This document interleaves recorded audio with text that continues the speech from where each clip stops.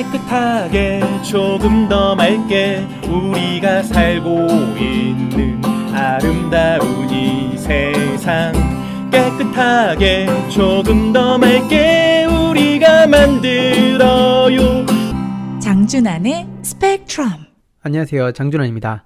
지식재산권연구소 C1LE9과 미국 동부 최대 한인 라디오 방송 K라디오 AM1660이 예술과 비즈니스의 이상적 결합을 찾기 위해 마련한 공동기획 프로젝트입니다. 오늘 첫 번째 순서는 아트 앤 비즈니스 인터뷰입니다. 아트 앤 비즈니스, AMB라고 말씀드렸죠. 예술과 비즈니스가 통합되어 두 영역이 서로 교류와 협력하며 상호 유익을 이끌어내는 것을 말합니다. 오늘은 비즈니스 쪽에 조금 더 포커스가 맞춰져 있는데요. 여러분들 요즘 비즈니스 어떠신가요? 우리가 흔히들 이런 말 하죠. 저 비즈니스 잘 되네. 저 잘 되는데? 근데 쟤는 왜 이렇게 안 돼? 네, 잘 되는 가게도 있고 망하는 가게도 있습니다. 오늘은 그 성공과 실패의 비밀을 참공간 디자인 이명희 대표님과 함께 이야기 나눠보도록 하겠습니다. 두 번째 순서는 장준환 변호사의 저작권 이야기입니다. 오늘은 패션업계의 패러디에 대해 이야기해보려고 합니다. 그리고 마지막 순서는 소프라노 김지윤 씨와 함께하는 음악을 읽다 시간입니다. 저번 주 음악을 읽어주는 여자 김지윤 씨와 함께한 시간 어떠셨나요? 음악과 조금 친해지셨나요? 오늘도 즐겁게 준비했습니다. 많이 기대해주세요.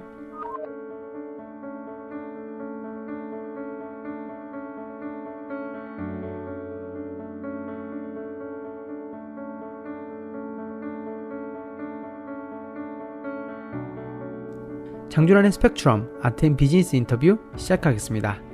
오늘은 참공간 디자인의 이명희 대표님과 함께 말씀을 나눌 건데요. 이명희 대표님께서는 홍익대학교를 졸업하시고 동대학교 산업미술대학원에서 실내 디자인을 전공하셨습니다. 그 뒤 고려대학교 경영대학원 MBA 과정을 마치셨습니다. 현재 참공간 디자인 대표로 계시고요. 국민대 디자인 대학원에서 강의를 하시고 계십니다. 저서로는 헬로우, 리모델링 한국어판과 중국어판이 있고요. 따뜻한 프로 이명희의 스페셜 하우스 디자인, 따뜻한 프로 이명희의 클리닉 디자인, 그리고 백인 디자이너 이명희 등이 있으십니다. 여러 월간지에도 기고를 하셨고요. KBS 9시 뉴스, 지금은 멀티스페이스 시대, KBS 사랑의 리퀘스트, 사랑의 공부방, SBS 주부도 프로다, 아는 것이 힘이다, 그리고 동아 케이블TV에서 이명희의 인테리어 클리닉, 부동산 TV 업그레이드 리모델링 등에 출연하셨습니다. 안녕하세요, 대표님. 네, 안녕하세요. 이명희입니다. 제가 듣기로는 5년 만에 방송 출연이라고 들었는데요. 네, 정말 오랜만이에요. 한동안 전혀 안 했었거든요. 반갑습니다. 5년 전에는 방송 출연도 굉장히 많으셨고 인터뷰도 굉장히 많으셨다고 들었는데요. 사실은 오늘 인터뷰도 좀 많이 망설이셨다고 제가 들었습니다. 특별히 방송 출연이나 인터뷰 조금 망설이는 이유 있으신가요? 네, 한동안에는 방송을 정말 많이 했었거든요. 근데 그게 장점도 있지만 단점이 있더라고요. 장점은 유명해지는 게 좋은 것 같은데 사실은 저는 따뜻한 디자이너를 추구합니다. 그래서 많은 대중들이 어려움을 해결해주는 디자이너가 되고 싶은데 자꾸 방송을 하고 유명세를 타니까 점점 대중들이 멀어지는 거예요. 그러면 제가 추구하는 대중들이 행복하게 해주는 공간 디자이너랑 너무 멀어지니까 그게 좀 아쉽고 실제로 새로운 고객이 생기지 않더라고요. 제가 너무 진입장벽이 높아서 그런지 아시는 분들은 저를 아니까 참 많이 찾아오지만 새로운 고객이 창출이 안 되더라고요. 그거는 제가 추구하는 바가 아니었거든요. 따뜻한 디자이너로 장사가 안 되면 되게 해주고 돈이 없으면 없는 대로 디자인을 잘해주는 디자이너가 저희 회사 설립 목표인데 그거랑 멀어지니까 좀 회의감이 들더라고요. 그래서 방송 안 하기로 맘먹었었는데 어쨌든 좋은 방송이라고 해서 출연하게 되었습니다. 일반적으로 생각할 때 방송을 출연하면 오히려 대중적인 이미지를 가져갈 수 있다고 생각을 하는데요. 오히려 대표님께서는 방송을 출연함으로써 대중과 멀어졌다고 말씀을 하시네요. 네, 막연히 유명해진다는 것은 좋아할 것 같지만 실질적으로 어떤 일을 의뢰한다거나 맡긴다고 할 적에는 방송에 나가면 가격이 비싼 사람일 거야 라는 생각을 먼저 하기 때문에 쉽게 다가서질 않더라고요. 실질적으로 사람을 만나거나 얘기를 해보면 달라질 텐데 다가오지를 못하는 또 그런 아쉬운 점이 있더라고요. 오늘 저희 장준환의 스펙트럼 청취자분들이 들으시면서 다가오기 힘든 이명희 대표님인지 아니면 정말 따뜻한 대중적인 대표님인지 저희가 한번 들어보도록 하겠습니다. 혹시 마지막 방송 기억나세요, 그러면? 정확하게 기억은 안 나는데 한 5, 6년 전에 방송이었던 것 같고요. 많이 했던 방송은 뭐 장사가 안 되는 집 대게 해주는 방송이 있었고요. 또 어려운 소년소녀 가장들 도와주는 서울시랑까지 집 고쳐주는 그런 프로그램도 했었고요. 짤막짤막한 뭐 경제 인터뷰 이런 거 많이 했었습니다. 저희가 아트 앤 비즈니스 인터뷰다 보니까요. 아마 비즈니스 부분이 오늘 특별히 강조될 것 같은데요. 장사 잘 되는 집, 안 되는 집 많은 분들이 솔깃하실 것 같습니다. 그 당시에 어느 프로그램이었는지 우리 살짝만 얘기해 볼까요? 오래된 얘기니까.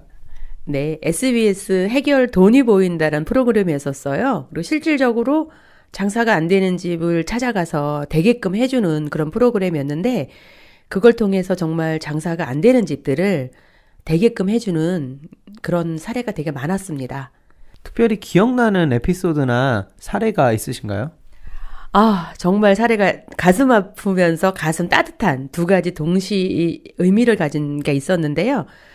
어떤 그 방송을 했는데 그 방송에 장사가 너무 안 되는 중국집이었는데 그걸 제가 잘 고쳐줬어요. 근데 대중들은 계속 방송하니까 멀어졌는데 그거를 본 해외 교포가 연락이 와서 제가 해외를 나가서 디자인을 해줬는데 그 식당이 아주 대박이 났습니다. 그래서 그걸 계기로 해외 비즈니스가 시작이 됐거든요. 그래서 방송을 통해서 한국의 고객들은 저한테 멀어졌지만 해외에 있는 교포들을 다가설 수 있는 그런 일이 있었습니다. 잘 되는 집, 안 되는 집, 그 차이는 뭘까요? 두 가지만 말씀드린다고 한다고 하면요. 장사는 몫입니다. 어느 자리에 어떻게 어떤 업종을 하는지가 제일 중요할 것 같고요.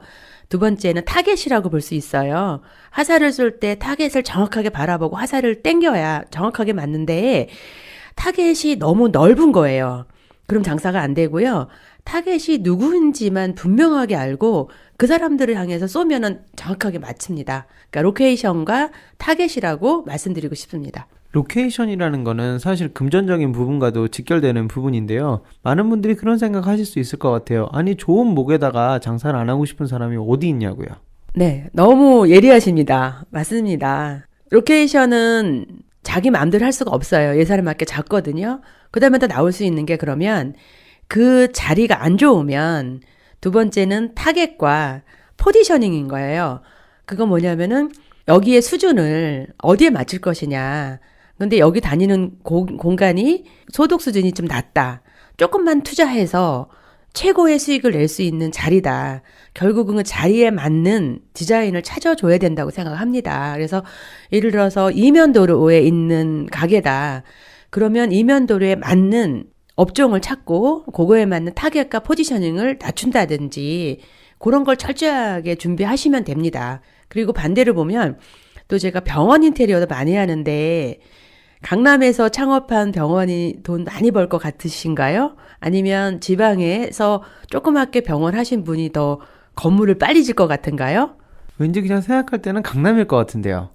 저는 많은 병원을 인테리어 했을 때 병원을 빨리 지어서 건물을 지으시는 분은 강남에서 올리실 확률보다 지방에서 조그맣게 해서 열심히 하시는 분들이 건물을 더 빨리 올리실 수가 있으십니다. 그거를 좀 더 구체적으로 말씀드리자면 결국은 수익이라고 하는 거는 투자 대비 효율이거든요.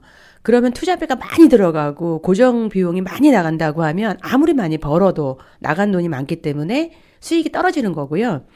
지방이라고 하면 고정비가 적고 초기 투자 비용이 작기 때문에 브레이크 이븐 포인트가 빨리 떨어지는 거예요. 손익분기점이. 그러니까 저축을 많이 할 수 있겠죠. 그래서 목 좋은 좋은 곳만 찾을 게 아니라 자리가 좀 안 짙더라도 그곳을 로케이션을 분석을 하고 타겟을 분석하고 포지셔닝을 잘 찾으면 얼마든지 잘할 수 있다고 생각합니다. 지금 말씀하신 부분이 이제 매출액과 그리고 실제로 많은 분들이 놓치시는 넷이라는 부분을 말씀을 하시는 것 같은데요. 그리고 마찬가지로 로케이션 부분 그리고 타겟 이것이 각자 떨어진 개념이 아니고 그냥 유기적으로 연결이 돼가지고 비즈니스라는 결합체 속에서 이해되어져야 되는 부분인 것 같습니다. 네, 맞습니다. 타겟과 로케이션은 굉장히 중요하고 그것만 잘 분석해서 디자인을 풀어주면 된다고 생각하는데요.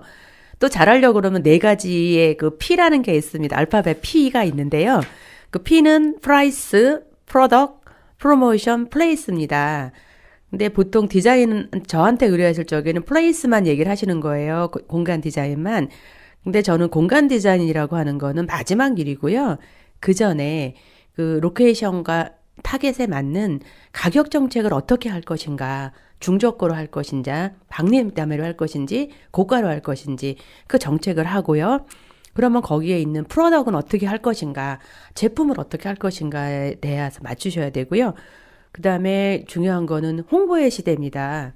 그러면 프로모션을 어떻게 할 것인가, SNS로 마케팅을 할 거냐, 방송을 할 거냐, 뭐 일간지에 실을 건지, 뭐 지역 방송에 할 건지 그 프로모션에 대한 계획이 삼박자가 맞춰준 다음에 플레이스에 대한 디자인을 푸셔야 됩니다. 근데 그거를 잘 놓치시더라고요. 그래서 그냥 퍼피를 생각하신다고 하면 플레이스가 우선이 아니고 프라이스, 프로덕트, 프로모션을 잘 하신 다음에 디자인을 푸신다고 하면 성공하실 수 있는 길이 있습니다. 혹시 그러면 대표님 4P 연결해가지고 혹시 최근 프로젝트 진행하신 부분도 있으신가요? 퍼피는 저는 제 디자이너의 소명이라고 생각합니다. 많은 디자이너들이 디자인만 하려고 합니다. 그리고 조금 이제 저처럼 전공한 디자이너들은 자기 작품을 만들려고 장사가 되는지 안 되는지에 대한 관심보단 어떻게 하면 디자인을 튀게 할 수 있을까, 이런 것만 연구하시는 분들이 좀 계십니다. 근데 사실은 디자인이라고 하는 거는 내 꿈을 펼치는 게 아니라 고객의 꿈을 펼쳐주는 거라고 생각을 합니다. 그렇다고 하면 퍼피 했을 적에 퍼피에 대한 고려를 하지 않는다고 하는 디자인은 잘 될 확률이 생각보다 낮습니다. 그래서 저는 퍼피는 당연히 하는 거고요. 최근에 우리 이제 전배 디자이너가 몇 년 전에 했던 디자인이 있는데 그게 타겟과 포지셔닝, 로케이션을 무시하고 그냥 감각대로 하셨더라고요. 그래서 장사가 좀 안 돼서 저한테 이제 그거를 의뢰를 하셨는데 제가 딱 본 거는 타겟과 포지셔닝이었어요. 여기 누가 올지, 포지셔닝을 어떻게 할지 그 부분을 잘 맞춰서 풀었는데요. 그 다음에 또 한 가지는 프로모션에 대한 부분이에요. 이걸 어떻게 홍보할까? 그럼 이 프로모션이라고 하는 거는 타겟이 모여있는 곳으로 쏴줘야 되는 거예요. 그래서 그렇게 하나 장사가 조금 매출을 높이기 위해서 제가 뷔페 레스토랑 하나를 리모델링을 했습니다.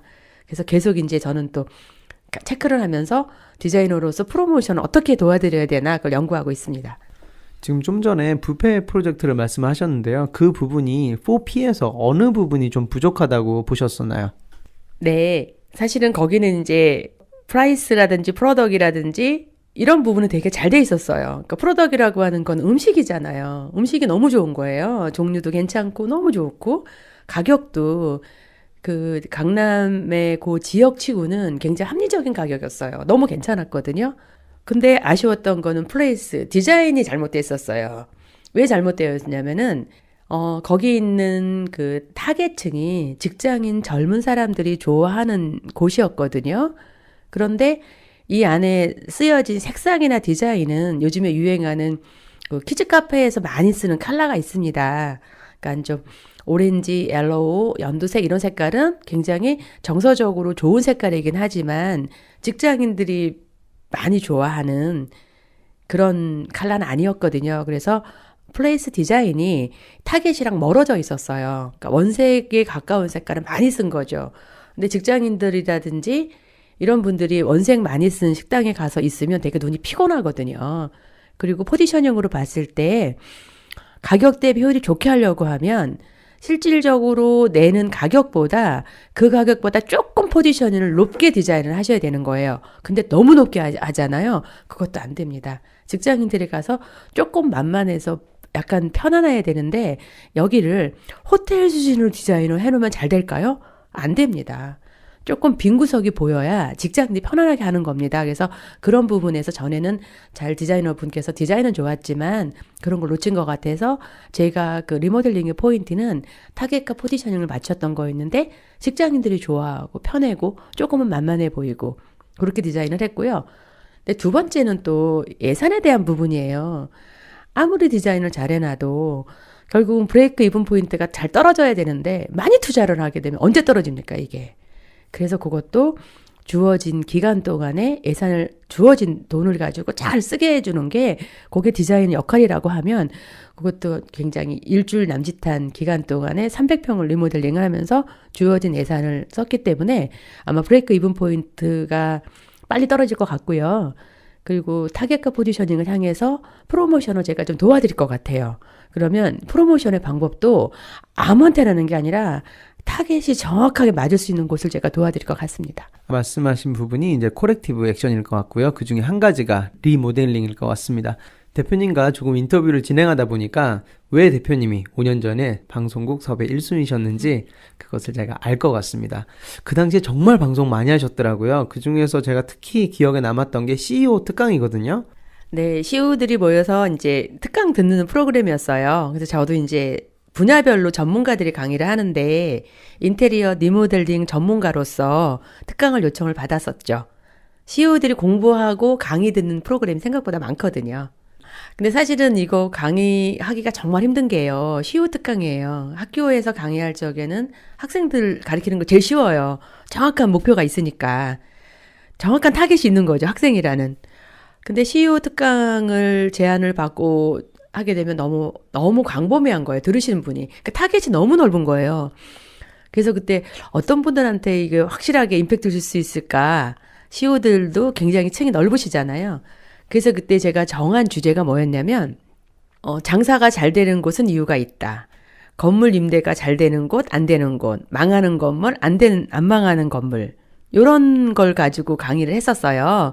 근데 그게 인기가 되게 많았었거든요. 근데 왜냐하면 CEO분들은 건물도 많으시고 임대도 많이 주시는 분도 계시고 또 임대 들어간 분도 계시고 또 장사하시는 분도 계시고 장사가 잘 되는 분도 계시고 안 되는 분도 계시고 근데 제가 한 20년 동안 모아보니까 데이터가 있는 거예요. 이런 데는 망하더라. 저런 데는 되더라.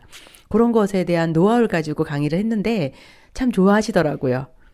제가 가만히 듣고 있어도 막 궁금해지는데요. 강남에 굉장히 좋은 몫이었는데 그 좋은 몫의 건물이 들어간 사람들마다 계속 망해서 나오고 건물주는 임대가 계속 바뀌니까 공실도 많이 생기고 너무 좋은 건물이었는데 건물주도 임대가 안 나오고 하니까 안 좋은 거고 들어가는 사람들마다 정말 인테리어 비용을 물 쓰듯이 썼어요. 너무 강남에 좋은 장소였는데 계속 망해서 나가는 거예요. 그거는 제가 봐도 망하는 건물이라고 보여졌는데 그게 왜 그랬나. 그걸 한마디로 말씀드리자면요. 이거였어요. 라면집은 라면집 다 와야 된다. 임대줄 건물은 임대줄 건물 다 와야 된다. 라고 해야 된다고 하면 그 망하는 건물은 상업공간 건물이었어요. 식당도 있고 미용실도 있고 뭐 이런 건물이었는데 마치 건물 외관이 종교 건축물 같이 되어 있어요. 하늘을 향해서 비대칭으로 확 이렇게 올라간 건물이었는데 바로 뒤에 교회가 있으니까 저도 보면서 저거 교회 수련원인 줄 알았거든요. 근데 나중에 알고 보니까 거기에 고급 레스토랑이라든지 미용실이라든지 이런 게 들어왔었거든요. 근데 정말 다 망하고 나간, 지금도 계속 임대가 붙어 있는데 그거는 상업공간 같지가 않고 마치 종교 건축물처럼 너무 숭고했어요. 그러면 디자이너 입장에서 그게 굿 디자인이 아니냐.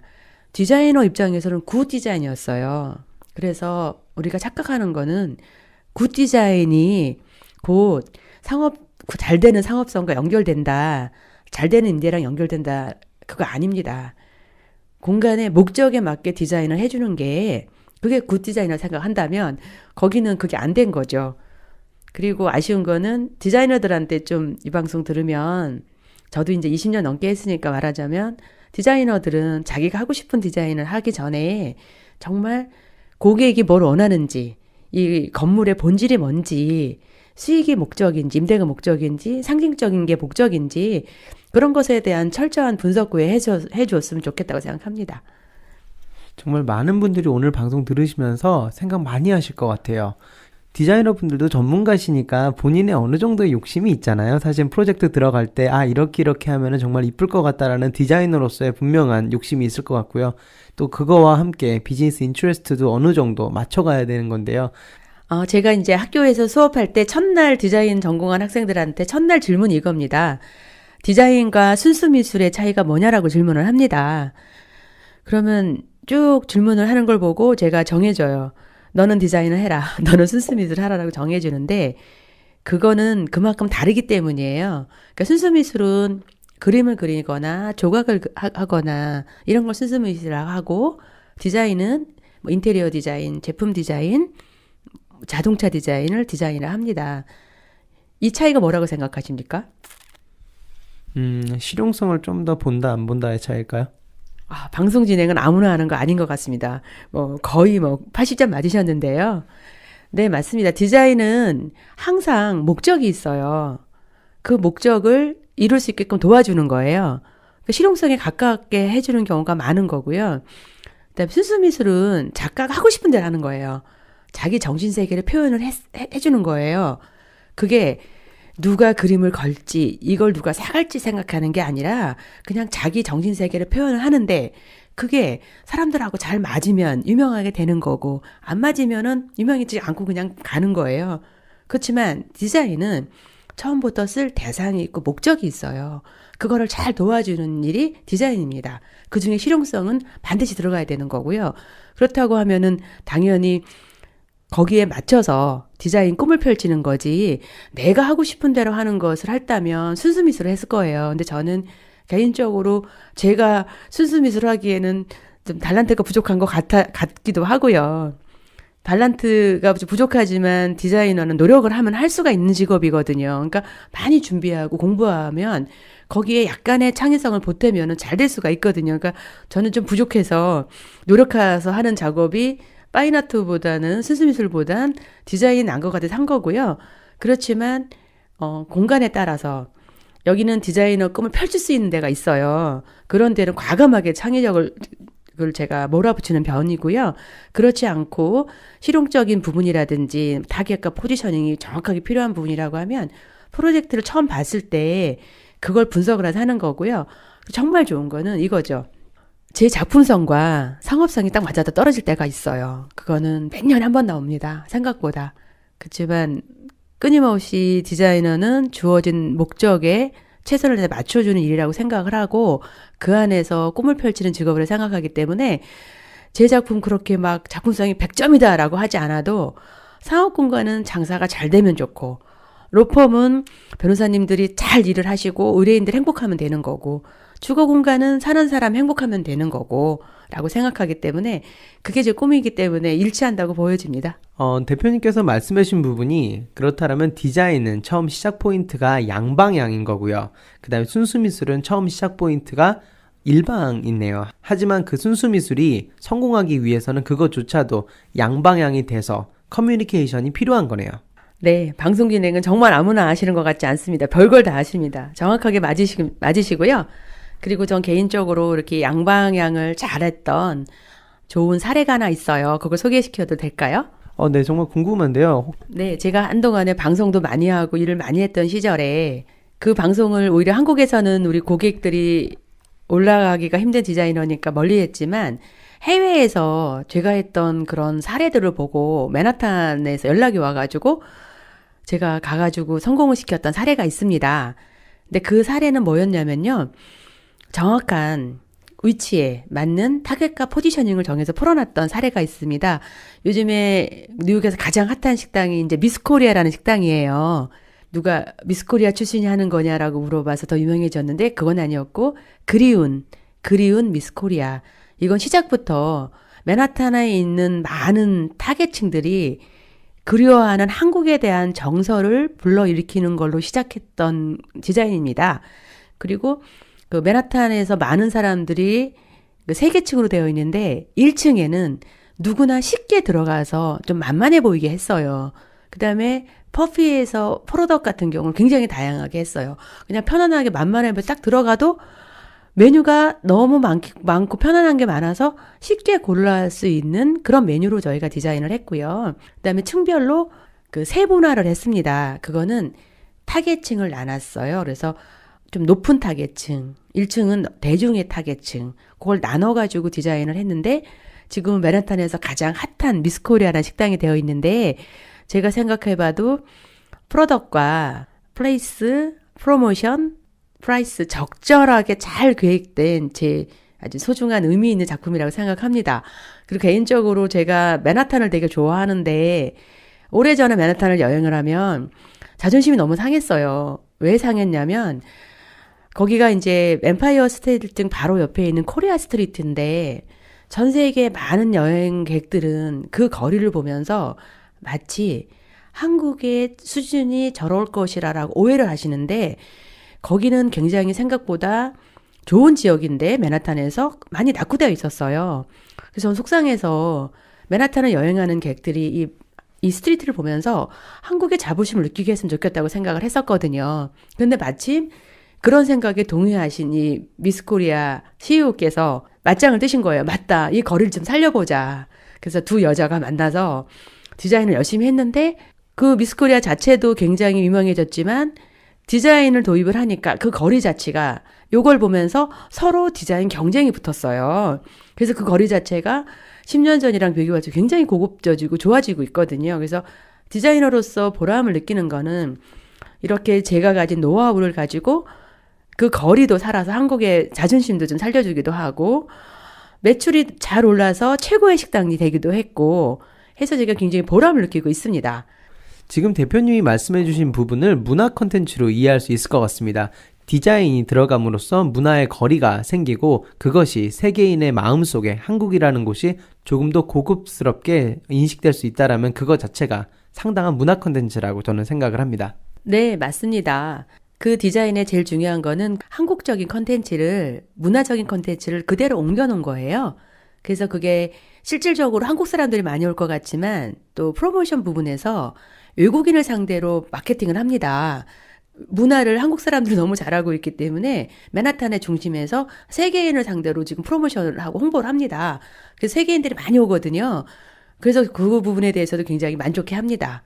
그리고 개인적으로 이렇게 이제 그 거리가 업그레이드 된 부분에 대해서 디자이너로 굉장히 보람을 느끼고요.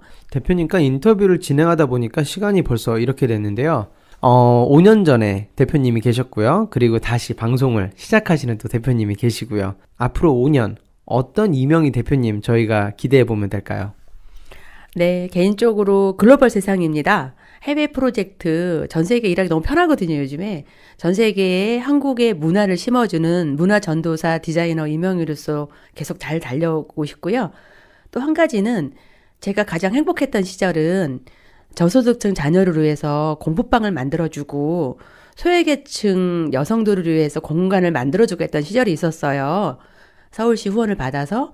그래서 다시 마음은 글로벌에 가 있고 몸도 가 있고 하지만 양쪽으로 왔다 갔다 하면서 글로벌로서 명성을 날리고 일을 잘하고 한쪽에는 소외계층을 안아줄 수 있는 그런 디자이너로서 일을 꾸준히 하고 싶은 게 제 꿈입니다. 미국에도 그런 프로젝트 굉장히 많거든요. 미국에 오셔서 그런 도움이 필요한 부분에 대해서 또 재능을 마음껏 펼치실 수 있는 그런 기회가 있었으면 좋겠습니다. 네, 저는 비행기 타는 걸 너무 좋아합니다. 언제든지 부르시면 달라가서 제 손길이 필요하다면 제 노하우를 마음껏 들어서 세상을 환하게 하는 따뜻한 프로 이명희가 되고 싶습니다. 네, 저도 정말 기대해 보겠습니다. 오늘 시간 내주셔서 감사합니다. 네, 감사합니다.